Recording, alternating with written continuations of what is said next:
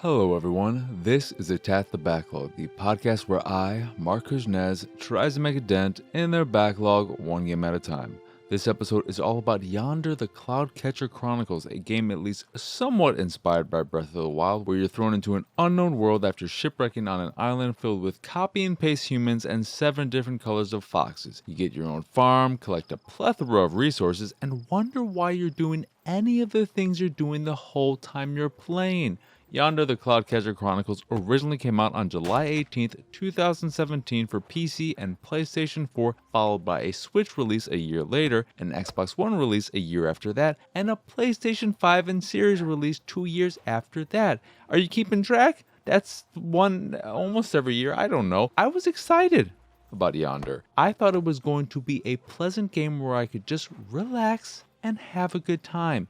It is a pleasant game, but it's also a boring one. It starts out promising, ripping its intro directly from Breath of the Wild, which came out 4 months prior, and you can't help but get excited at the possibilities when you first see the colorful world of Yonder in front of you. But this excitement doesn't last long. Too soon will you realize the world is void of most things from charm and personality to actual things to do and discover. A tightening of the world map, a more unique approach to characters and creatures alike, and a bit of direction would have gone a long way in making Yonder a joy to play instead of the slog it is. Yonder's biggest weakness comes from its lack of personality. There are dozens and dozens of NPCs in the game, and I'd be hard-pressed to tell you a single defining feature about any of them. They all look the same, have no personality, and feature dialogue that doesn't even go in one ear and out the other, but bounces off your ears entirely. The most exciting thing that happened was when I met a few characters with colorful hair, but then they opened their mouths and I immediately fell asleep.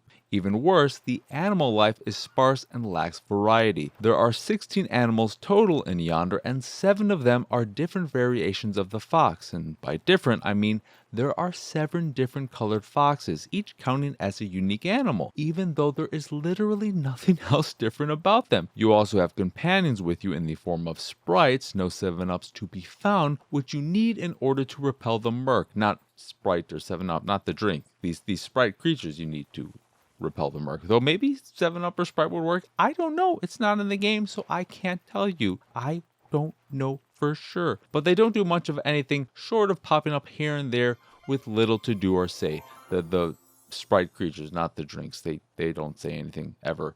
This joke has been fucking just dead and buried long ago. If you're thinking at least the farming and resource gathering is good, be wrong. The farming requires very little effort on your part, and once you have a single farmhand, which you get by bribing with a shitload of fish, holy crap, you need to give them so much fish. You can give them other stuff too, but I was just giving them fish and they took like 50 fish. I don't know, it was ridiculous. You literally don't have to do a thing. No watering plants, harvesting crops, or attending to what few animals you have. Everything is done for you, and because of this, you won't feel that connected to your farm. You can harvest crops yourself for extra return if you want, but you don't have to, and the animals exist for no reason other than producing resources. You can't even pet the damn things. All you can do is feed them whatever food they like, so they'll follow you around for a bit, and that's it. A Boy and His Blob didn't get a lot of things right, but it at least knew that if you're going to have cute things in your game, you ought to give the player at least one cute thing to do with them. I'm not saying a dedicated hug button would have fixed all of Yonder's problems,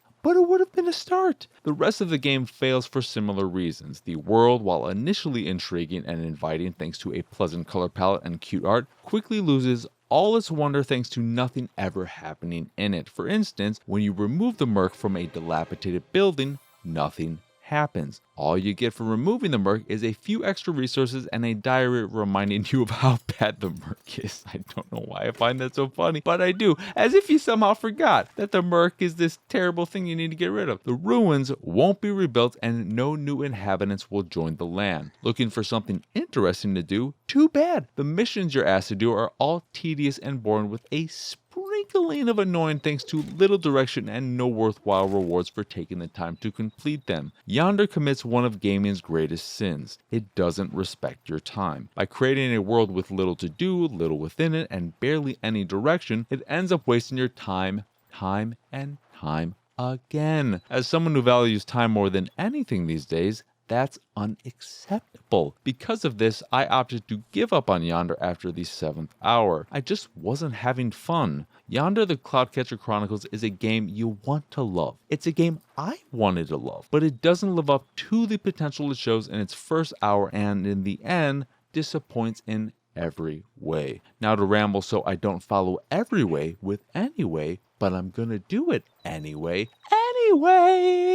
Once again, I am Marcus Nez. Y'all can find me on Twitter and pretty much everywhere at PX Sausage. If you'd like to see me streaming games like Yonder the Cloud Catcher Chronicles, you can do so over at twitch.tv/PX Sausage. If you'd like to check out the videos I make, like the one for this here episode of Attack the Backlog, you can do that over at youtube.com/Pixelated Sausage. Speaking of Pixelated Sausage, put a dot, then a com after that, and you got my website, pixelatedsausage.com, where you can find this podcast and the Pixelated Sausage podcast, both of which are available on podcast services across the globe. You can also check out my art on the site, and if you see something you like, if you do, maybe you will, maybe you won't, I don't know, but if you see something you like, you can purchase a print of the piece you fancy. And if you fancy the site in general and anything that we do, please go over to patreon.com/PXS and support us that way. As always, thank you for watching or listening. I hope you enjoyed this here episode, and I hope you have a